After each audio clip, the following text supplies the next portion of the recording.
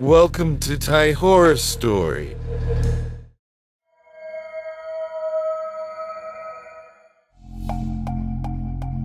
Pon is a person who always likes to travel to various places if he has free time from work. Before each weekend he will start planning his travel trip with enthusiasm. And this coming weekend, he already has travel plans, because this time there were several holidays in a row, so he intended to travel to the northern region.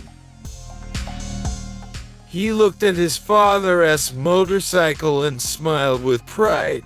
This car looks a bit old-fashioned from the outside, but he managed to replace the old engine that was on the car when he bought it second-hand. It has a brand new engine that can take him on trips to many provinces. This time it might be a longer trip than ever before. But what are you afraid of because you have many days off? Take it slowly and sleep in the evening. That's it. He looked away from the motorcycle and thought it would be better to prepare his luggage for this trip. Thinking like that, he walked over and picked up a large backpack and opened the bag. Then he began to pick up his belongings and clothes and put them in his bag while humming a song happily.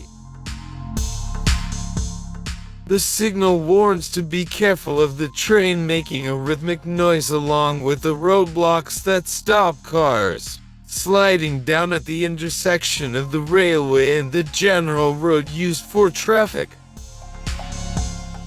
Pon sat astride a motorcycle waiting behind a barrier, looking out at the end of the horizon saw the sun shining softly.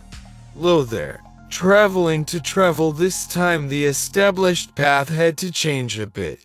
With a lot of vehicle congestion on the main roads, this made him decide to deviate to use a secondary route for traveling. Even though the amount of traffic on the road is less, it comes with a longer detour distance. Spending time on the road therefore increases. As a result, right now we still haven't reached our intended destination, and the sky was beginning to turn dark. Road barriers were raised as the procession progressed. The train passed by and Pon revved up the engine to continue his journey. When riding across the railroad, the road made a right turn, causing his car to run parallel to the railroad tracks.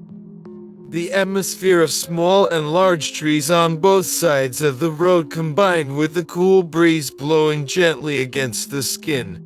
It makes him feel relaxed and immersed in nature like this with pleasure. The sky is now dark. That doesn't look very far away. A large cluster of lights appeared when he rode up to it. It was a not very large market. There are shops and restaurants lined up near the train station. The soft lights from the various shops light up in the early evening, combined with the cool atmosphere and the number of people who had come down from the train earlier to use the services at these various shops. It made him feel that the atmosphere was very captivating. He slowed the car down and came to a stop. Along the roadside, near an a la carte restaurant. Traveling at night on his trusty motorcycle can be quite dangerous, so he decided that he should find something to fill his stomach to quell his hunger. Then after that it would be better to find a place to stay nearby to sleep for the night. He got out of the car and walked into the la carte restaurant near where he parked his car. He ordered a simple meal, topped it off with a plate of rice and a cold drink, and sat down at an empty table in the restaurant, waiting for his order to be delivered. "Auntie, are there any hotels nearby?" Pon asked the shop owner while he was bringing the food he ordered to the table. "If it is a hotel, you have to go a long way, young man. Almost 20 kilometers is fine. But if you want it closer, behind the market, there are small rooms that are cheap too." But, the shop owner and gestured. be speechless. Pawn then asked with doubt, "But what is it?" And it asks nothing.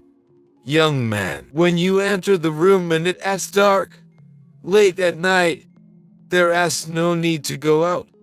It asks dangerous. And he finished speaking and went to continue cooking food for other customers. After finishing eating and asking directions to the room at the back of the market from the restaurant, and Pawn rode the car to his destination. This accommodation was a large two-story wooden house, standing tall on an open area surrounded by a field of low trees. There was a gentle breeze blowing every now and then, giving a comfortable feeling. He turned the car into the parking spot in front of the accommodation, then stepped into this house. When walking inside, on the right-hand side is a small table similar to an information desk. There was an elderly man sitting back in a wooden chair, watching a TV set on a nearby wooden table. The elderly man turned and saw Pawn standing in front of the table and smiled at him. "Are you coming to open the room?" "Young man, yes, please stay for one night." "How much does it cost?" "One night costs 100 baht. The room is on the second floor." "Young man." Pawn looked around to investigate. This wooden house is a two-story wooden house. Below is an open hall. Deep in the middle of the house, there will be a wooden table and wooden chairs in the middle of the house. It was probably reserved for guests to sit and relax. Nearby, you could see a wooden staircase for walking up to the second floor. He pulled out 200 baht from his pocket and handed it to Uncle. The room key with the room number hanging on it was handed back in exchange. "The bathroom here is shared." "Young man, the bathroom is outside behind the house," Uncle said, pointing at the closed wooden door at the back of the house. "And what is very important is that when you go to use the bathroom, you have to tell Uncle every time. Uncle will take you there."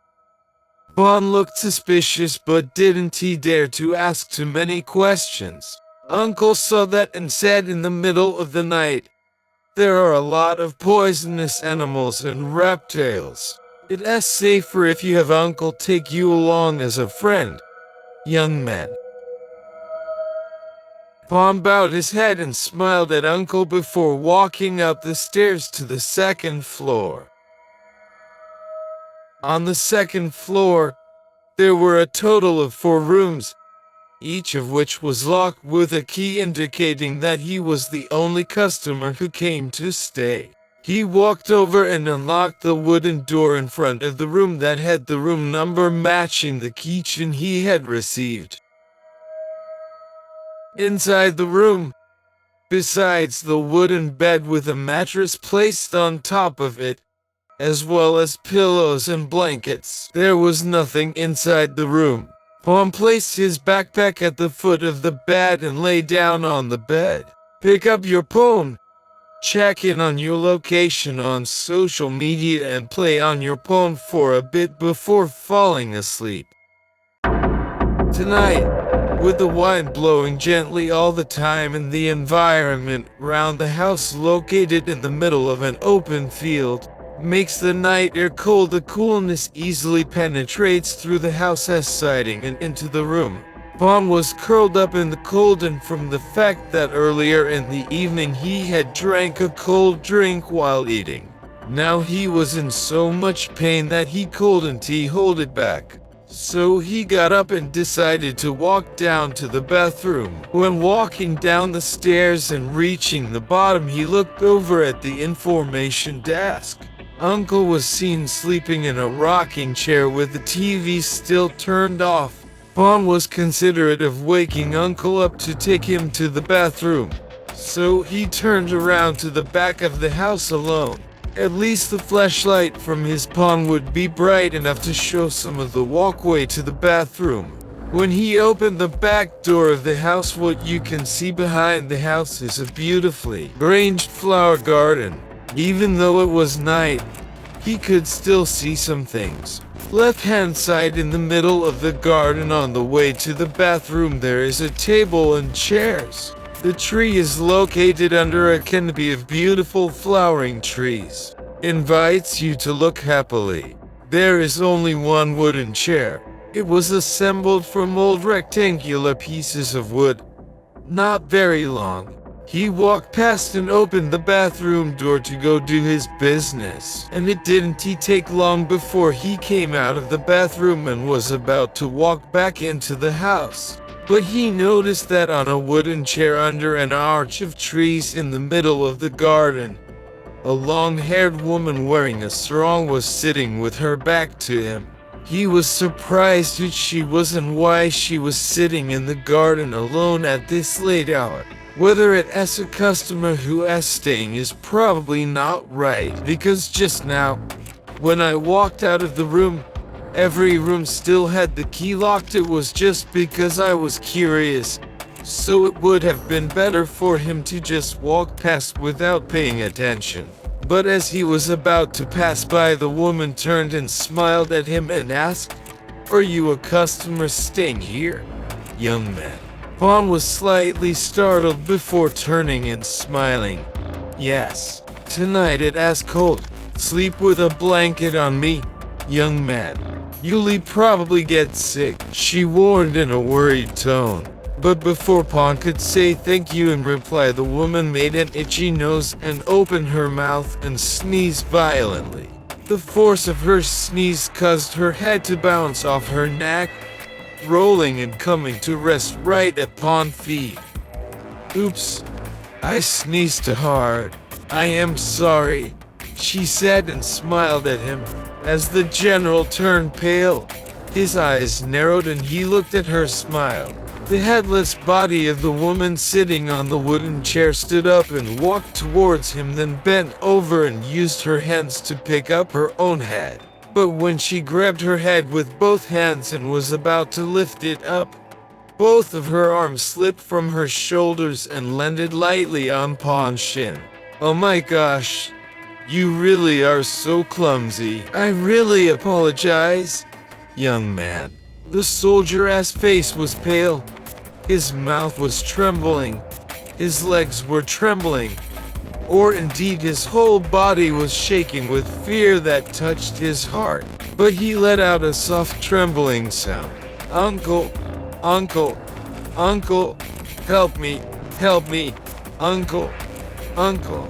Pawn covered his eyes with his hands and kept calling uncle. It seemed like a long time had passed until he was startled again when he felt a small hand gently touch his shoulder with a tone of voice that made him almost crazy with joy. "Uncle told you, right, that if you want to come to the bathroom, tell Uncle. Uncle will bring you." Pawn was sitting at the same restaurant where he had eaten earlier in the evening.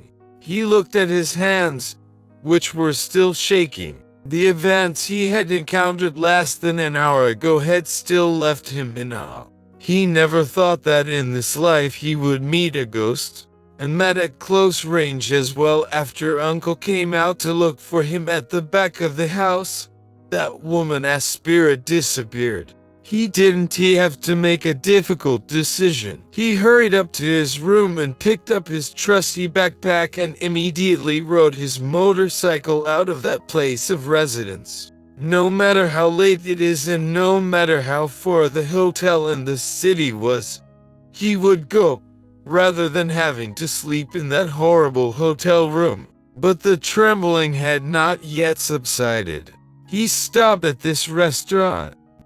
The owner's aunt walked over and brought a bowl of hot soup to the table. She sat down in a chair and smiled at him and said, "Young man, you must have met Grandma Jum's ghost." Pawn looked surprised at how Auntie knew, and smiled at him again and began to tell him.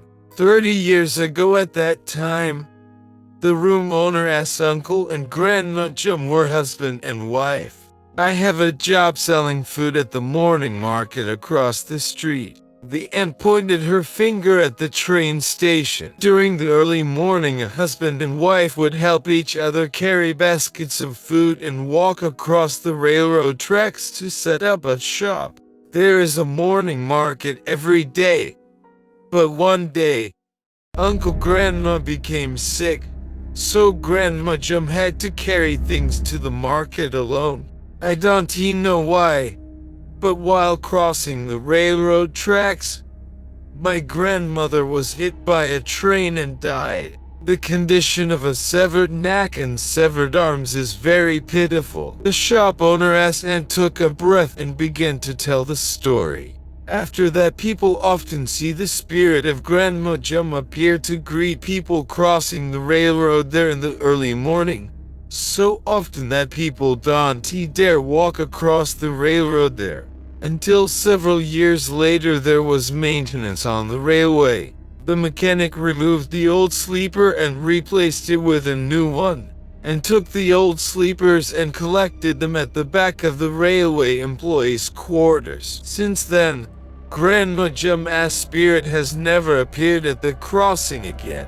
The shop owner asked and poured water into a glass and drank it in large gulps. But it turned out that the spirit of Grandma Jum had tricked the train employees who were staying near where the sleepers were piled up instead. Even after inviting a monk to make merit, Grandma Jum didn't go anywhere, as if she was still worried about something. Until finally Grandma Jum's uncle-in-law had to ask for 3 or 4 sleepers that still had Grandma Jum's blood stains on them to keep at her house. After that, no one saw Grandma Jum's spirit again.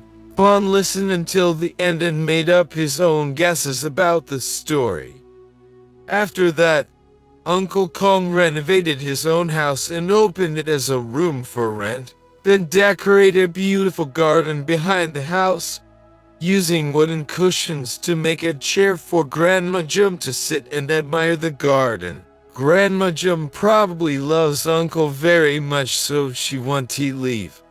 Now that his body had begun to shake, he climbed onto his motorcycle and rode off, heading towards the city. The memories of this trip would definitely be engraved in his mind for a long time, even if it was a frightening event. He hummed a soft song, the story of Grandma Jum's ghost who refused to leave. Where do you go because you still love and care about Uncle? Thinking about it, it is so romantic. When he gets home, this time he'll probably have to record this story in his travel diary. Recorded to remember the ghost of Grandma Jum. Thank you for watching, and don't forget to subscribe Lung Joe Journey.